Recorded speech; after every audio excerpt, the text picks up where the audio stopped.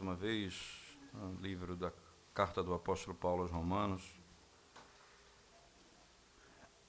capítulo 12.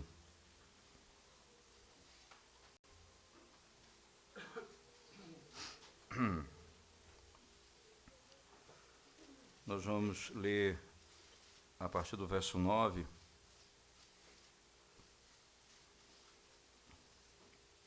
Nós expomos até o último domingo, até o verso 8, e hoje nós vamos do verso 9 ao 16. A razão dessa mudança de foco do 9 ao 16 e do 17 ao 21 é porque nós temos aqui um tema único, que é o amor, que ele está descrevendo, o amor de como nós demonstramos o amor, tendo nós sido alcançados pelo amor de Cristo. Ele divide em duas partes: o amor para com meu irmão, e a segunda parte, o amor para com o meu inimigo.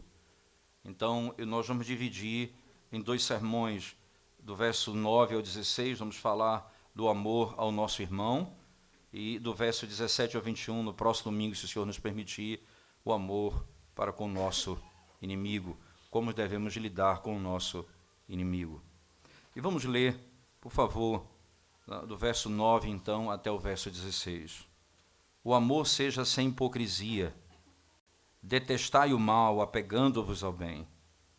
Amai-vos cordialmente uns aos outros, com amor fraternal, preferindo-vos em honra uns aos outros. No zelo, não sejais remissos. Sede fervorosos de espírito, servindo ao Senhor. Regozijai-vos na esperança, sede pacientes na tribulação, na oração perseverantes. Compartilhai as necessidades dos santos, praticai a hospitalidade, abençoai os que vos perseguem, abençoai e não amaldiçoeis. Alegrai-vos com os que se alegram e chorai com os que choram. Tende o mesmo sentimento uns para com os outros, em lugar de serdes orgulhosos, condescendei com o que é humilde, não sejais sábios aos vossos próprios olhos. Vamos orar ao Senhor mais uma vez. Ó Senhor Deus, nós te damos graças pela bênção de podermos mais uma vez ouvirmos a Tua palavra e pedimos ao Senhor que nos instrua na verdade, nos fazendo conhecer a glória do Teu Evangelho, desvendando os nossos olhos pelo poder do Espírito Santo nessa noite. Abençoa a Tua igreja, transforma-nos, faz-nos cada dia mais parecidos com Cristo e ensina-nos a viver em submissão à Tua lei e à Tua palavra. Em nome de Jesus nós oramos. Amém. Vocês devem perceber que já no verso 14 dessa sessão já tem uma transição acerca dos que perseguem, quando ele diz: abençoai os que vos perseguem, abençoai e não amaldiçoeis.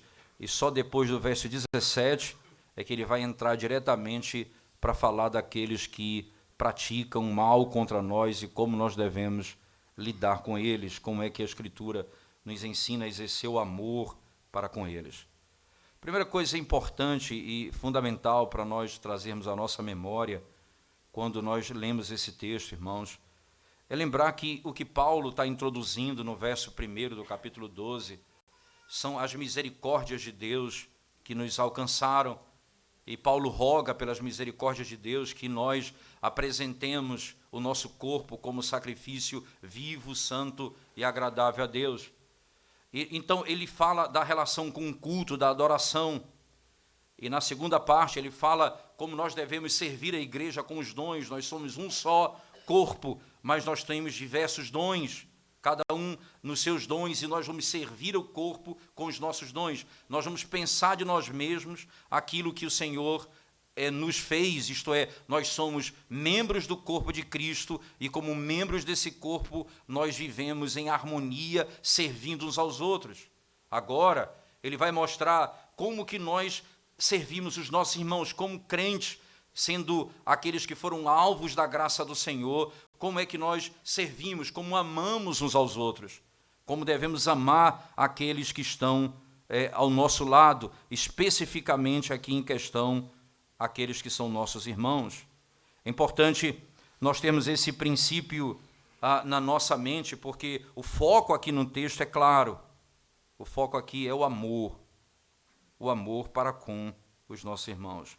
Perceba que a seção, ela repete isso muitas vezes.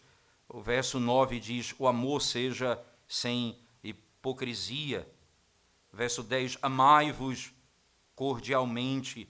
Você vai perceber que isso sempre é uma temática, e como isso se revela, a maneira como eu lido com o que sofre, como eu lido com o que se alegra, como é que eu lido com aquele que precisa de lugar para ir ficar, aqueles que passam necessidades, como é que eu me alegro com os que choram, de fato, como o texto 15 vai dizer, é o mesmo sentimento, como é que eu lido como é que eu penso acerca do meu irmão, como é que eu me vejo em relação a ele, como é que eu penso sobre ele.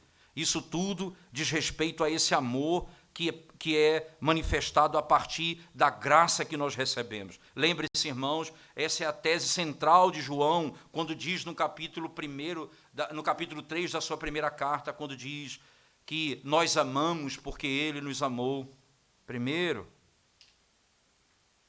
Esse amor precisa se revelar. E é importante que o verso 3, ele utiliza aqui uma sequência de verbos, o verso 9, melhor dizendo, preste atenção nele, o amor seja sem hipocrisia, detestai o mal, apegando-vos ao bem. O amor seja sem hipocrisia, sem falsidade, apegai-vos, não é, ao bem, detestai o mal. É interessante notar que, tanto aqui como no verso 10, que ainda trata do mesma temática, obviamente, o Paulo, o apóstolo, ainda vai dizer à igreja, amai-vos cordialmente uns aos outros, com amor fraternal, preferindo-vos em honra uns aos outros. Preferindo-vos em honra uns aos outros. Que amor é esse que eu tenho pelo meu irmão? É um amor, de fato, cristão, produzido pela graça do Evangelho que me foi concedida. É o que se chama amor de irmão, ou amor filial, amor paternal, amor associado à ideia de uma família. Que conceito de amor é esse que Paulo traz à nossa mente? Porque esse amor não significa apenas a palavra amor, significa a prontidão e a inclinação para amar. É uma afeição livre, irmãos, e genuína. Isso flui da bondade. Essa é a fonte. E denota, como a Escritura nos ensina, o amor dos pais para com seus filhos. Ele traz a memória da ideia da família para dentro da igreja. O conceito da família, o amor dos parentes, de um pai para com seus filhos. Isso é natural. Isso não é forçado. Não é por constrangimento. É natural. Nós somos membros da mesma família.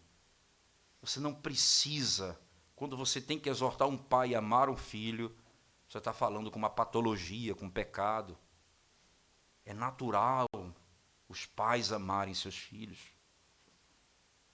Como é natural amarmos uns aos outros, nós que estamos em Cristo Jesus.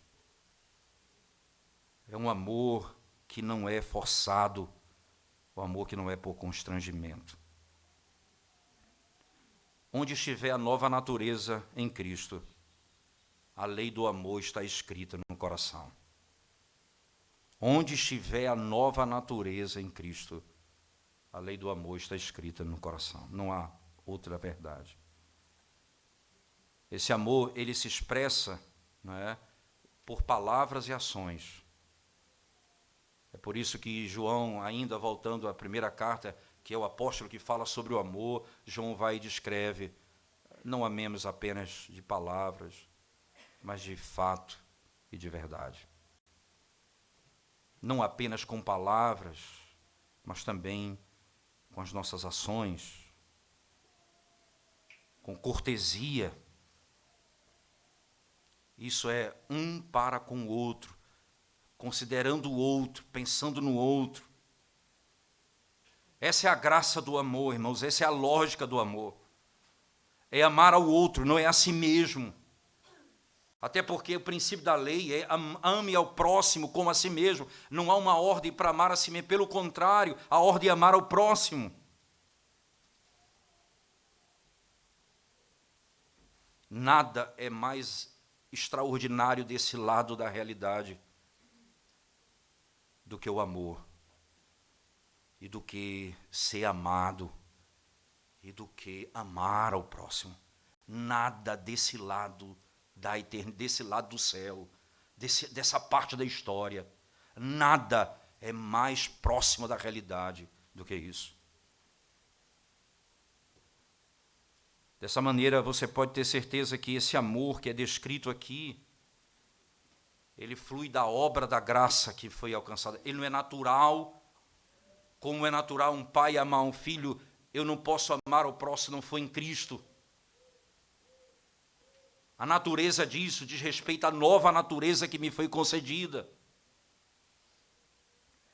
Como eu lido com o próximo. Então, esse amor, ele é respeitoso. Exatamente, veja, devemos preferir uns aos outros em honra.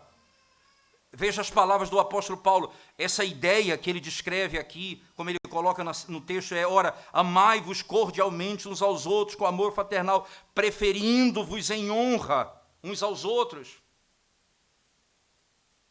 Preferindo-vos em honra. Que coisa impressionante notar isso. Não pensando de si mesmo mais do que é devido. Eu dou ao outro um maior status. Nós estamos preparados para isso, irmãos. Dar ao outro um maior status.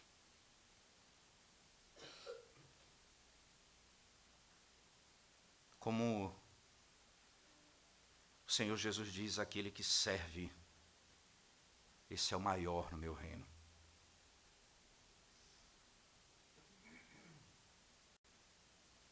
Eu dou ao outro o maior status. Isso é dito pelo próprio apóstolo Paulo, escrevendo aos Filipenses, no capítulo 2, você vai lembrar disso. No verso 3 ele diz: considerai o outro superior a você mesmo. Considerai o próximo superior a você mesmo.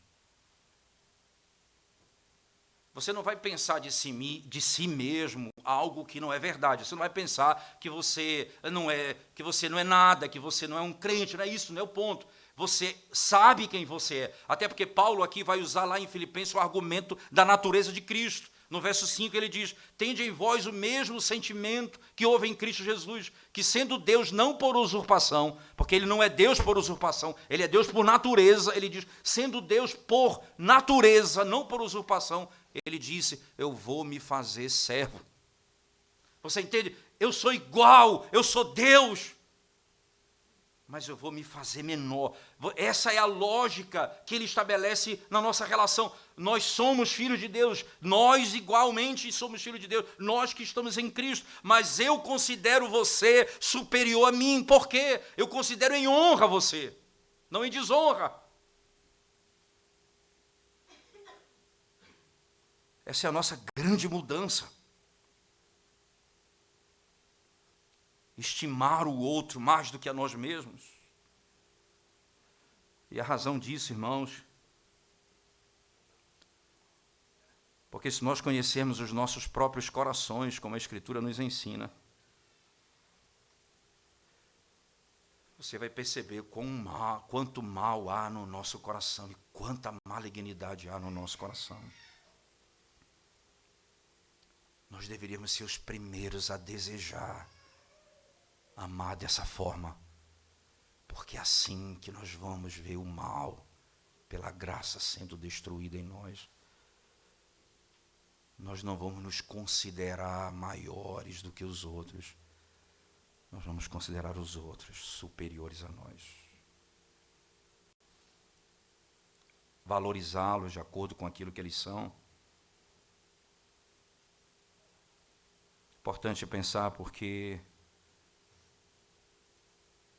é difícil você imaginar alguém que tem um determinado nível de conhecimento, falar com alguém que é tão simples e que em relação ao conhecimento, e você se considerar alguém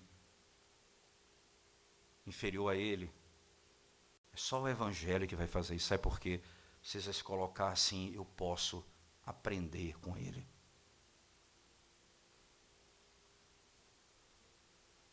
O que é que eu posso aprender com ele? E como eu posso servi-lo com aquilo que eu sei, com o que Deus me deu.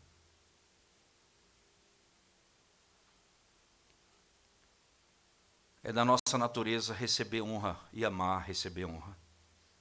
Agora, no Evangelho, nós somos chamados a dar honra aos outros. Na natureza, na nossa natureza, nós amamos receber honra, receber destaque dos outros. Mas no Evangelho, nós somos chamados a dar honra, não a receber honra. A honrar os outros. A Escritura ensina. A respeitar aqueles que são dignos de respeito. Aqueles que têm o ofício dado pelo Senhor, a respeitá-los em todos os seus ofícios. Respeitar os seus irmãos. Respeitar todos aqueles que estão em nossa volta. A minha luta deve ser para que eu seja humilde, condescendente e útil. O Senhor me faz um homem humilde, e humilde não é a hipocrisia, não é a falsa humildade, não é não saber o que eu sou, sabendo o que eu sou, me colocar como servo do outro, me tornando útil para o outro, tratando o outro com honra e com respeito. Interessante, lá em Tito, no capítulo 3, verso 14, por favor, abra sua Bíblia. Tito, capítulo 3, verso 14. As palavras do apóstolo são claras aqui. Diz assim a Escritura: agora, quanto aos nossos, que aprendam também a distinguir-se nas boas obras, a favor dos necessitados, para não se tornarem infrutíferos. É assim, me tornar útil. Como eu posso ser útil com aquilo que eu tenho?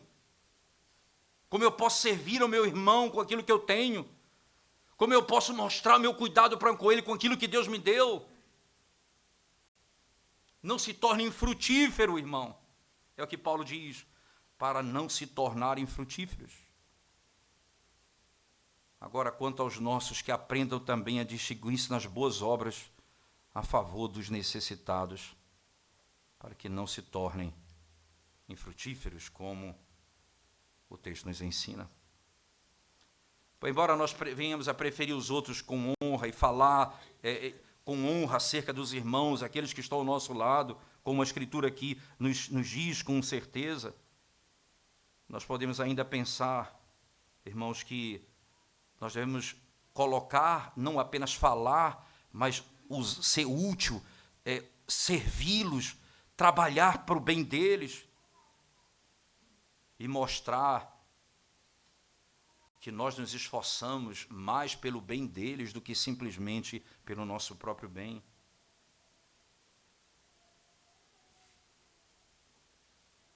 Não use isso como desculpa para não fazer nada, dizer eu sou tão humilde que eu não faço nada. É por isso que esse amor ele tem que ser útil.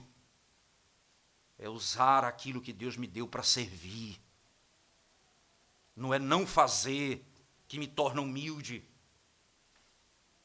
Não é não ser, ou não conhecer, ou não saber, ou não ter posição. Não é isso que me torna humilde. A humildade aqui é aquilo que Deus me deu, ser útil para a vida do meu irmão, para o próximo. E ao mesmo tempo eu mostro isso. Quando eu faço isso, eu mostro que eu tenho ele em honra, porque eu respeito. É o que o texto nos ensina. Esse é um amor, como a Escritura diz, é um amor respeitoso. Um amor que respeita o outro. Que nas diferenças nós nos tratamos em honra uns com os outros. Mas não apenas isso, é um amor livre, liberal, no sentido da liberalidade em fazê-lo. Por favor, volte comigo para o verso 11, 12 e 13 em particular. 11, 12, 13, voltemos ao texto, por favor. Romanos 12, veja o verso 11, 12, 13, ele diz assim o texto: no zelo não sejais remissos, sede fervorosos de espírito, servindo ao Senhor. Regozijai-vos na esperança, sede pacientes na tribulação, na oração perseverante. Compartilhai as necessidades dos santos, praticai a hospitalidade. Compartilhai as necessidades dos santos. Perceba que no verso 11 ele descreve: no zelo não sejais remissos, não retenham, sede fervorosos de espírito, servindo a quem? Ao Senhor. Você faz ao Senhor, entende? Esse é o foco do texto. Por outro lado, ele diz: compartilhai as necessidades dos santos, praticai o que ele descreve de hospitalidade, distribuindo segundo as necessidades dos santos. Perceba, irmãos, amor que se diz que repousa em expressões verbais apenas é fazer chacota do que Deus chama de amor. O amor que não se expressa com atos. Enquanto nossos irmãos necessitam de coisas reais, nós queremos apenas falar palavras que vão aliviar um pouco o sofrimento emocional dele. Eles precisam de comida, eles precisam de algo específico. E por outro lado, está no poder das minhas mãos de fazê-lo, e eu não faço, eu peco.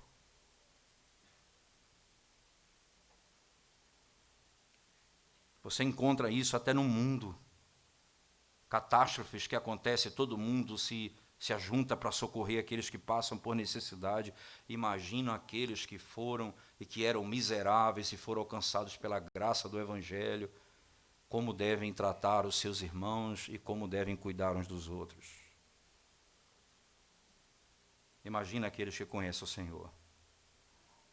Os santos que são pobres, nós vamos ser sempre no nosso meio. Enquanto a Escritura nos afirma isso, nós temos então tempo para usar aquilo que o Senhor nos deu para socorrer os necessitados.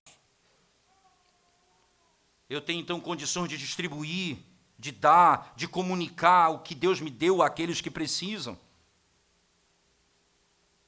Não é apenas não é suficiente cuidar apenas da alma dele, mas você não deve apenas pensar em extrair uma palavra para confortar a alma dele, você deve também meter a mão no seu bolso e dar algum recurso para socorrê-lo na sua necessidade. Você precisa ajudá-lo naquilo que ele necessita imediatamente.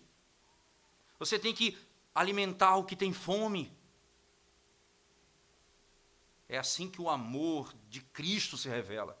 Ora, é só você olhar os termos usados para descrever o amor dele, porque Deus amou o mundo de tal maneira que deu o seu próprio Filho, o seu unigênito. Ele amou e deu o seu Filho para ser morto. Você entende o que significa? Essa é a lógica do amor. Quando eu amo alguém, você entrega a ele alguém, você dá, você distribui, você doa. É nisso que está apostado, fundamentado a prática do amor entre nós. A honra do outro, o bem-estar do outro. É assim que a igreja revela o quanto o amor de Deus a alcançou. Até mesmo nessas aflições. nós devemos estar pronto enquanto temos a habilidade e a condição de socorrer os outros. Nós temos que estar pronto para socorrer os necessitados. E nós temos que comunicar aos santos aquilo que Deus nos deu.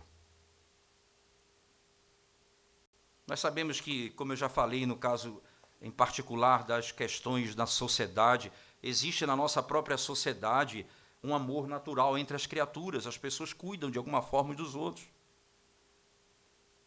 E nós devemos ter também com aqueles que sofrem, mesmo não sendo irmãos. Mas para com os nossos irmãos, esse amor é especial. É um amor que brota da graça que veio de Cristo. Lembre-se, nós amamos porque Ele nos amou primeiro. Esse amor não se confunde com o amor daqueles que não foram salvos pelo Evangelho. O amor se revela assim. E Paulo vai dizer em outro momento, em Gálatas, no capítulo 6, verso 10, ele vai dizer, especialmente aqueles que são da família da fé. Socorrer especialmente aqueles que são da família da fé. Importante pensar porque nós temos um débito, irmãos. Um débito. E lembre-se que essa linguagem, até eu já expliquei no outro contexto para os irmãos, nós somos devedores uns aos outros. E chega até o momento, se falar na Escritura, que nós não devemos dever nada uns aos outros, a não ser o amor fraternal. Esse débito para com o outro, ele não é o débito que eu tenho porque você fez necessariamente algo para mim, é pelo que a graça de Deus fez por mim, o que o Evangelho realizou por mim. Eu tenho uma dívida, eu tenho uma necessidade natural, bíblica da nova criatura de servir ao outro, de doar, de entregar, de contribuir com o outro.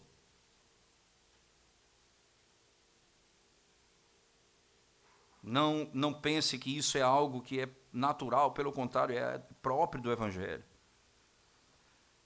E aí ele vai e usa outra figura, que é a hospitalidade. Ele diz que você precisa ser hospitaleiro, é uma outra forma. Aqueles que têm sua própria casa devem ser prontos para receber aos seus irmãos. E veja no contexto claro aqui, principalmente naquela época, irmãos, em que os crentes eram perseguidos e fugiam de um lado ao outro e não tinham onde chegar, e eles tinham então que recebê-los em sua casa. A nossa casa, e essa é uma marca até dos líderes da igreja, eles têm de ser hospitaleiro, diz a Escritura Sagrada. Dessa forma, então, nós podemos dizer, essa é uma realidade que Deus dá ao seu povo que foi salvo pela graça. E se tiver ocasião, nós devemos receber os estrangeiros. Nós devemos receber o estrangeiro quando tiver ocasião. Nós não conhecemos o coração do estrangeiro. Mas lembre-se, você foi um estrangeiro. Você andava nesse mundo como estrangeiro. E o Senhor te recebeu na sua família. Você não era apenas estrangeiro. Você estava nu, pobre, miserável, e o Senhor te recebeu e te deu tudo o que você precisa, não apenas para essa vida, mas para a vindoura. E se há alguém que está apto para agir com misericórdia para com os outros, fomos nós que recebemos da parte de Deus misericórdia. Nós temos a oportunidade, nós devemos fazer. Devemos então procurar a oportunidade para mostrar misericórdia também. Abraão, por exemplo, se assentava na porta. Ló se assentava no portão da cidade. E foi por isso que eles receberam anjos em casa, porque eles procuravam oportunidade de receber as pessoas na sua casa. Diz o texto em Hebreus que eles até receberam anjos. Esse é um amor que é dado pelo fruto dessa graça do Evangelho que nos alcançou. Tudo isso é pensado pela própria Escritura dessa forma. No verso 15, o apóstolo Paulo diz, um tipo de amor que é simpático com o outro. Veja, o verso 15, ele diz assim, alegrai-vos com os que se alegram e chorai com os que choram. Não há nada mais contrário à natureza do que isso. Não há nada mais contrário à natureza do que isso.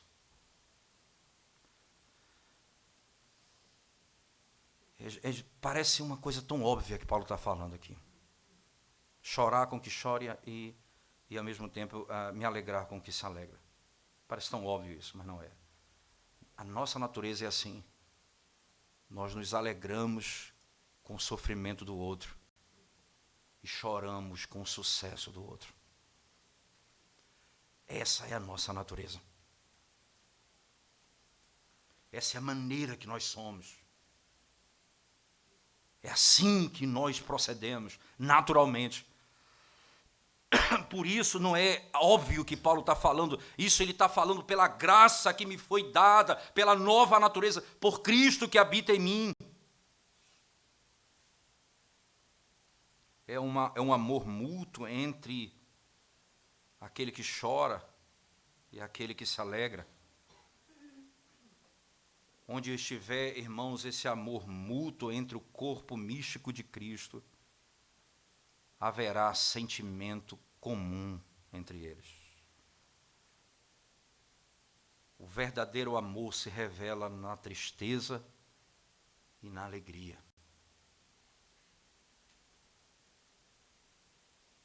E é até mais fácil nós nos compadecermos dos outros quando eles estão sendo quebrados, do que nos alegrarmos quando eles estão sendo exaltados. Nós não deveríamos esperar ninguém exaltar os nossos irmãos. Eu tenho que me relacionar com ele em honra, em respeito e dignidade. Parou para pensar como é que nós gastamos tanto tempo falando às vezes uns dos outros de maneira tão pejorativa, desrespeitosa. Como nós tratamos o nosso irmão, na nossa linguagem, até no nosso íntimo, de maneira tão desrespeitosa. Cada um de nós, você pode pensar nisso. O meu próprio coração e o seu próprio coração, veja. Nós somos chamados exatamente para fazer aquilo que não é natural no meio dos homens. Essa é a igreja de Cristo. Primeira carta de Paulo aos Coríntios, no capítulo 12, verso 26, o apóstolo Paulo diz assim. Primeira carta de Paulo aos Coríntios.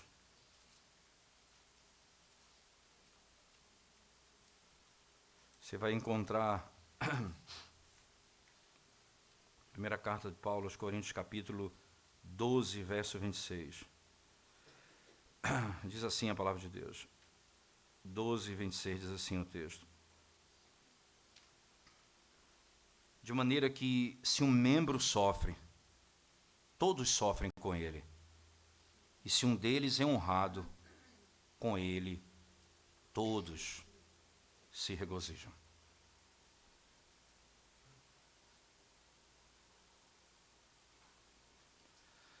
Paulo vai trabalhar esse conceito que vem bem antes. E lembra que Paulo está falando isso em Romanos também, dos dons. Nós somos um só corpo. Os membros desse corpo. Se um dos membros desse corpo recebe honra, todo o corpo se alegra. Se um dos membros desse corpo sofre, todo o corpo sofre. Não deveria ser diferente na nossa vida, mas é antinatural. Eu preciso dizer isso aos irmãos. Isso é antinatural, é por isso que somente é ordenado. Paulo nunca disse isso antes. Na carta aos Romanos ele disse depois da graça do Evangelho que nos alcançou.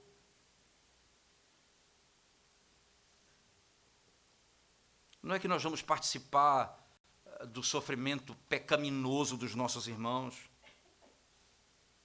Nem vamos nos alegrar com a iniquidade no coração e a alegria pecaminosa do coração dele.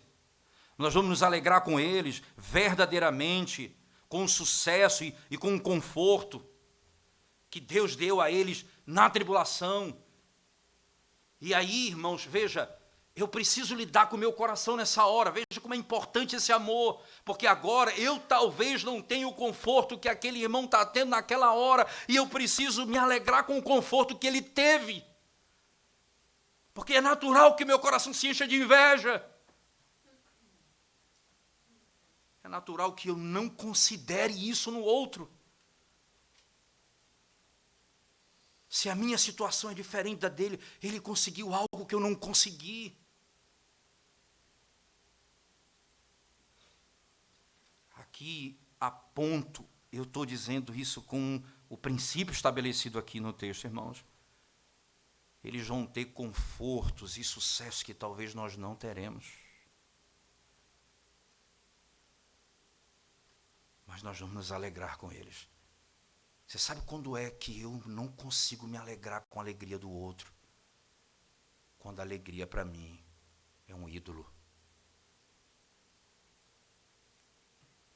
Quando a alegria para mim é um ídolo. Eu passo a depender disso. Quando a honra para mim é um ídolo, se eu não for honrado, o mundo acaba. Se eu não for tratado com dignidade, o mundo vai para o chão. Porque eu penso de mim mais do que é devido.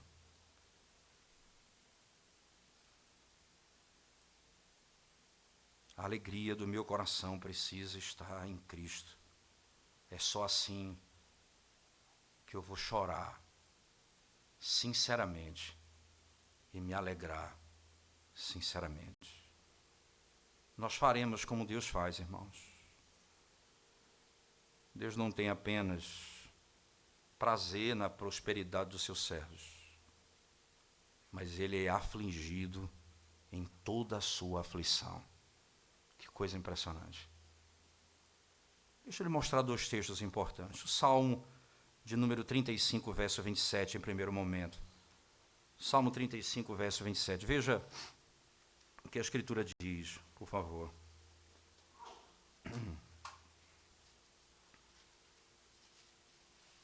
Salmo 35, versículo 27.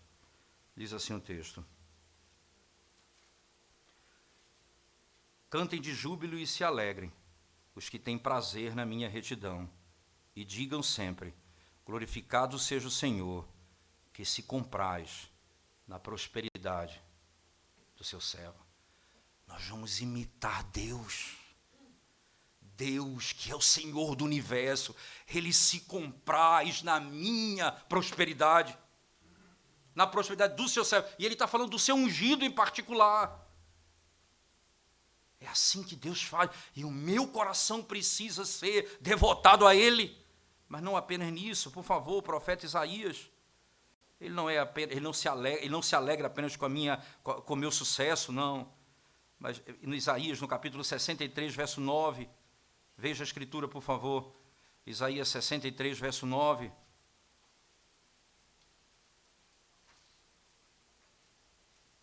Diz assim o texto sagrado. Em toda a angústia deles, foi ele angustiado. Em toda a angústia deles, foi ele angustiado. E o anjo da sua presença os salvou pelo seu amor e pela sua compaixão. Ele os remiu, os tomou e os conduziu todos os dias da antiguidade. Mas veja o início do verso 9. Em toda a angústia deles, foi ele angustiado. Chorai com os que choram, alegrai-vos com os que se alegram. E assim nós vamos refletir a ação misericordiosa de Deus para com o seu povo, como o texto escreve. No verso 16, voltemos lá para Romanos, por favor. Romanos, o último verso em particular.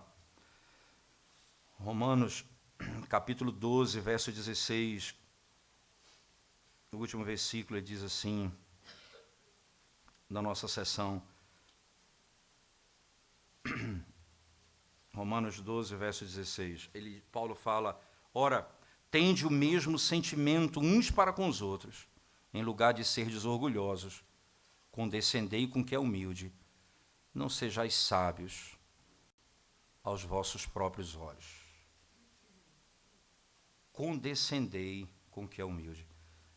Veja as palavras de Paulo mais uma vez, irmãos. Tende o mesmo sentimento uns para com os outros.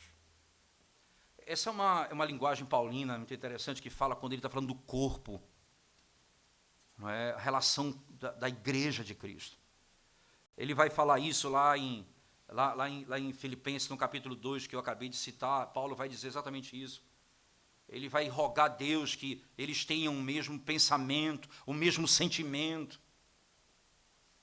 E aí ele vai entrar no mérito dizendo, olha, que você não busca o que é propriamente seu, mas o que é do outro. Considere o outro superior a você mesmo. Não faça nada por partidarismo ou por vanglória, mas por humildade.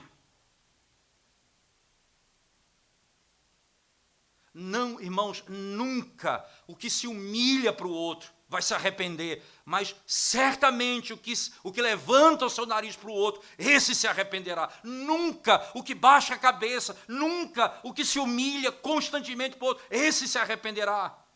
Mas aquele que levanta a sua cabeça para enfrentar o outro, aquele que se opõe ao outro como se fosse superior, esse certamente trará grandes prejuízos. Veja, eu não estou falando que não haverá necessidade circunstancial disso acontecer, mas eu estou dizendo como um modo de conduta, não é assim que o Evangelho nos ensina a fazer.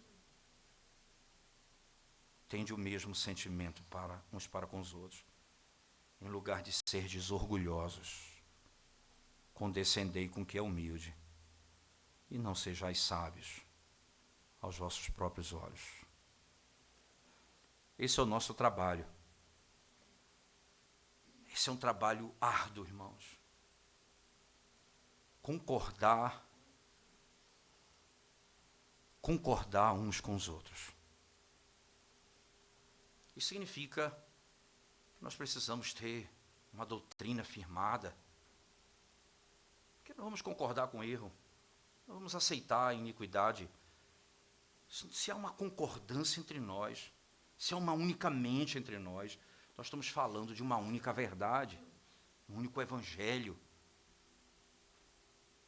É necessário que nós nos esforcemos para isso.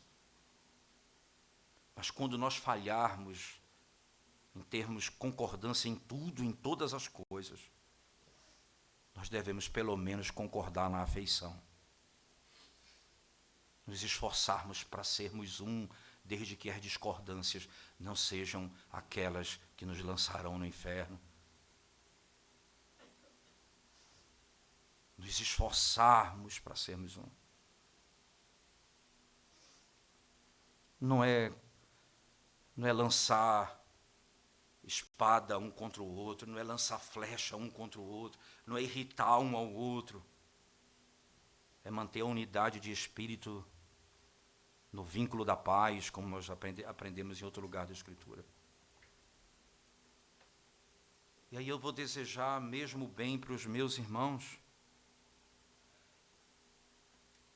amar os meus irmãos como a mim mesmo.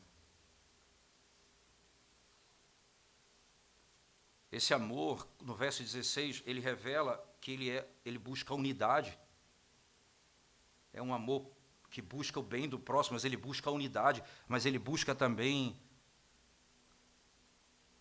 humilhar-se.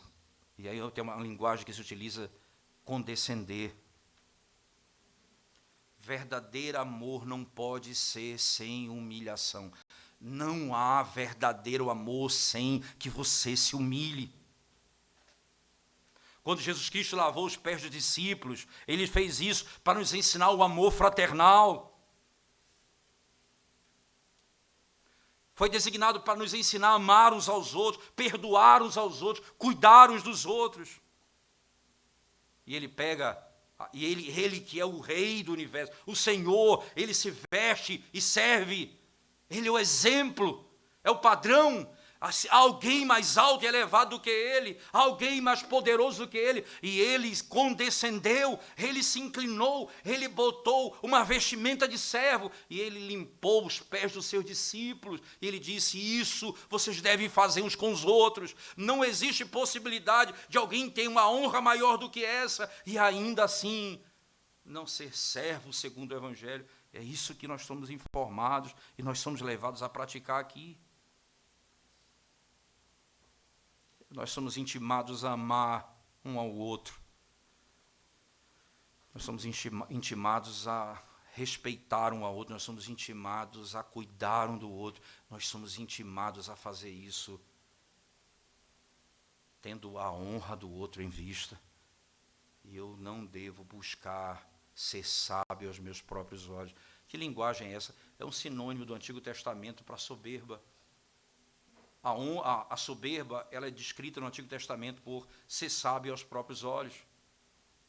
Foi essa descrição que o profeta descreveu Saul, quando ele voltou da batalha, que ele não cumpria a ordem de Deus, em 1 Samuel 15.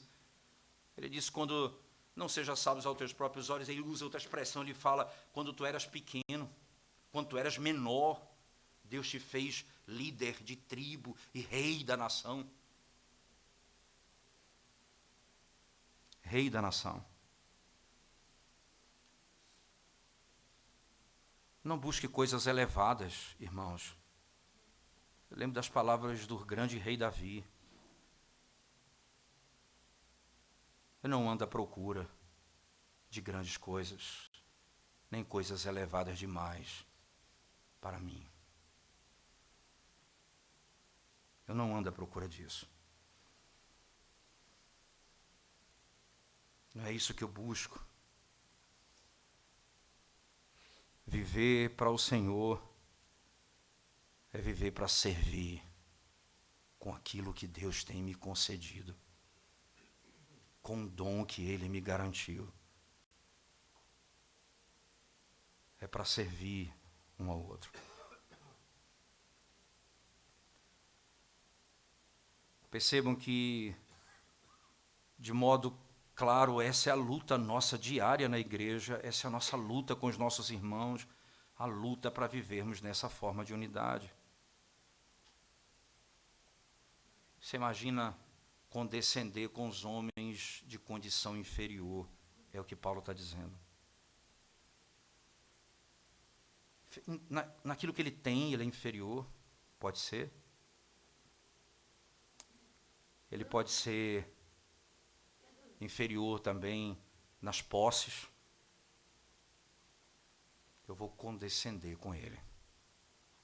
Sabe o que é isso, irmãos?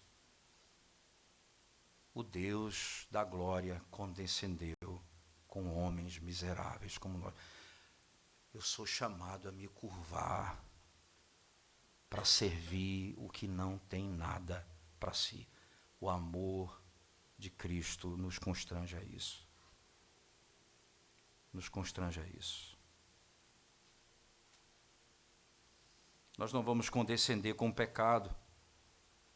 Nós não vamos condescender com a iniquidade. Nós vamos condescender com o necessitado no nosso meio. Nós nunca deveremos condescender e nem ter o nosso coração submetido, irmãos, àquilo que é enganoso e pecaminoso, mas nós devemos mortificar o nosso coração, porque na natureza nossa nós não temos a tendência de nos submetermos em humilhação a ninguém. A ninguém. A Escritura Sagrada nos ensina, então, que nós somos membros uns dos outros, nós dependemos uns dos outros, e nós somos obrigados, irmãos, a cuidar uns dos outros. Por isso, não seja sábio aos seus próprios olhos. Não seja sábio aos seus próprios olhos. Essa é a lógica da sabedoria. você não dá e recebe segundo o mercado. Você dá. É melhor dar do que receber. Você dá honra. Você dá aquilo que Deus lhe deu. Veja, o que nós somos chamados para fazer, para revelar o amor, é entregar o que nós recebemos. E isso só poderá ser realizado se nós tivermos o cuidado, como Paulo descreve aqui, de amarmos uns aos outros como Cristo nos amou.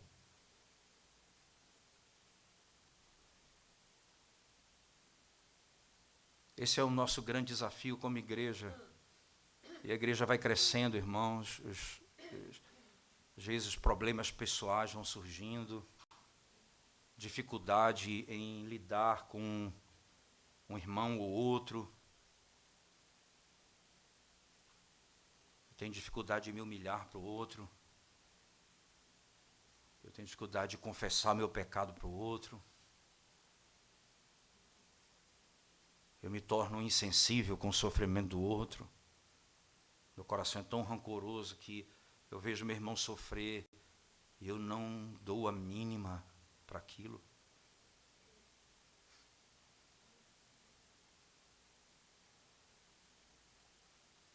Isso não descreve a graça que nós recebemos em Cristo Jesus. Isso não descreve. Isso é uma coisa que nós devemos buscar como igreja. É o que, quando nós amamos, e veja, irmãos, e o amor é um tema tão central, é tão central o amor, que ele descreve o conhecimento de Deus. Entenda, Paulo não fala conhecer, ele fala amar. O amor, ele está acima do conhecimento. Ele não existe sem um conhecimento, porque eu não posso amar o que eu não conheço, mas ele não está, o amor está acima do conhecimento. Nem todo mundo que conhece ama. E às vezes nós conhecemos teologia, às vezes nós conhecemos doutrina, mas nós não conseguimos amar a Deus acima de todas as coisas e ao nosso próximo. Na primeira carta de Paulo aos Coríntios, eu queria que você abra a sua Bíblia comigo, por favor. Preste atenção na linguagem que o apóstolo Paulo utiliza aqui. Primeira carta de Paulo aos Coríntios, capítulo 8, por favor.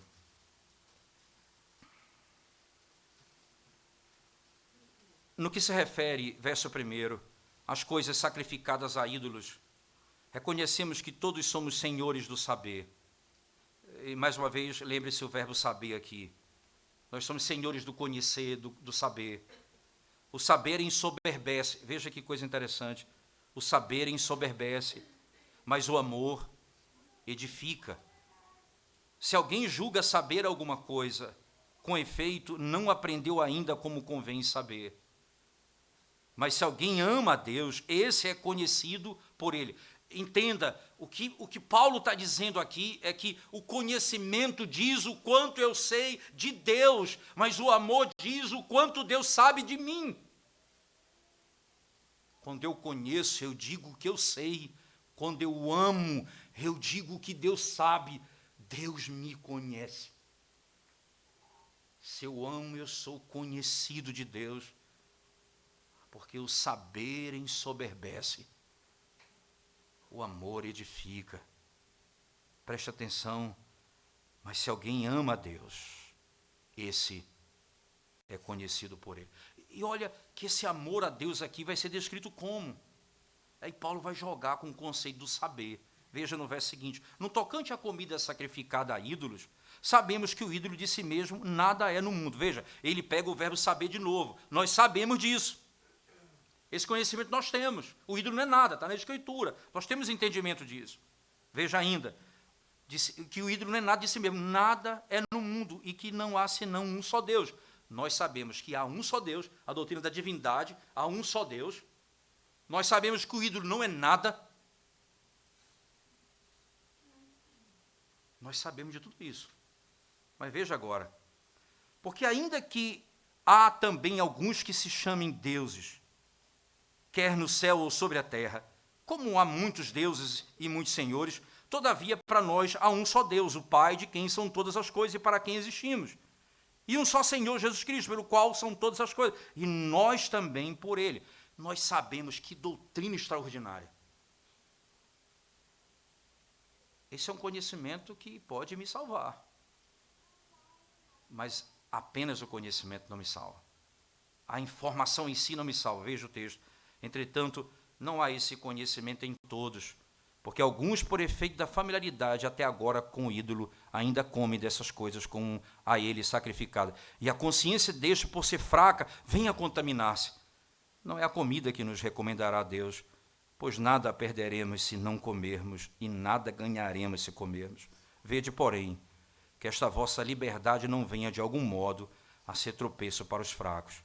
Porque se alguém te vir a ti, que és dotado de saber, a mesa em templo de ídolo, não será a consciência do que é fraco induzida a participar de comida sacrificada a ídolos?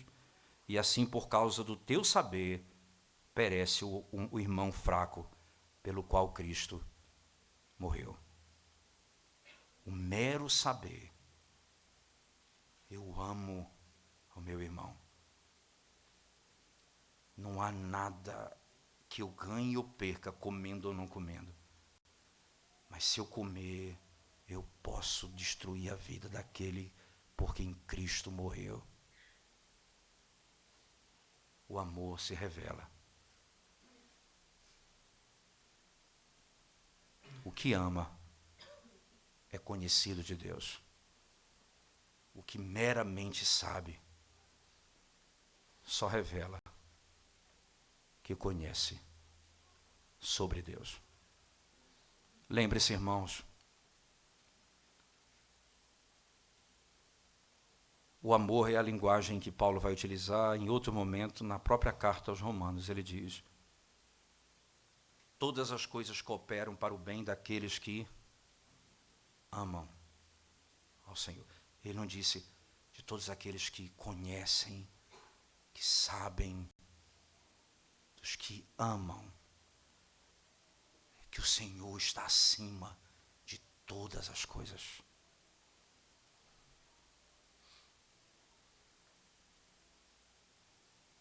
Ora, se a graça nos alcançou, Paulo diz, isso se revelará no amor fraternal na igreja. Pelo cuidado, pela honra, pelo zelo, pelo bem-estar, por ser simpático e ter empatia com o sofrimento do outro e alegria com a felicidade do outro.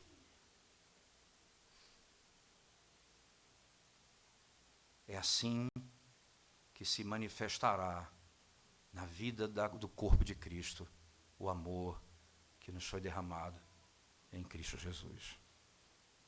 Lembre-se, nós amamos, porque Ele nos amou primeiro. Deixa eu concluir dizendo alguma coisa aos irmãos ainda.